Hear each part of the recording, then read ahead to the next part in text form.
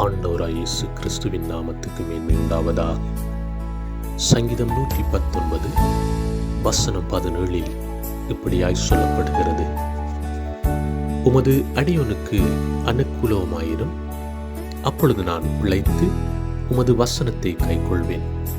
உமது வேதத்தில் உள்ள அதிசயங்களை நான் பார்க்கும்படிக்கு என் கண்களை திறந்தருளும் என்று ராஜா சொல்லுகிறார்.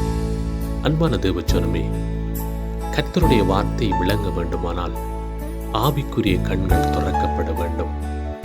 கர்த்தருடைய ஆவியானவர் எங்களுடைய வாழ்விலே அசைவாடுவாராயிருந்தால் கர்த்தருடைய வார்த்தையை நாங்கள் தியானிக்க முடியும். அப்படியானால் முழுமையாய் கர்த்தரை பின்பற்றும் பொழுது, முழு தெய்வமாய் கர்த்தரை நாங்கள் ஏற்றுக்கொள்ளும் பொழுது, கர்த்தருடைய ஆவியானவர் எங்களுடைய வாழ்க்கையிலே கிரியை செய்கிறவராயிருக்கிறார். கர்த்தருடைய வார்த்தையை தியானிக்கும் பொழுது கர்த்தருடைய ஆவியானவர் கிரியை செய்கிறவராயிருக்கிறார். கர்த்தருடைய வார்த்தையை தியானிக்கும் பொழுது சத்ருவானுடைய நுகங்கள் முறிக்கப்படுகிறது. ஆண்டவராய் இயேசு கிறிஸ்து உங்களை ஆசீர்வதித்து உங்களை பாதுகாப்பாராக.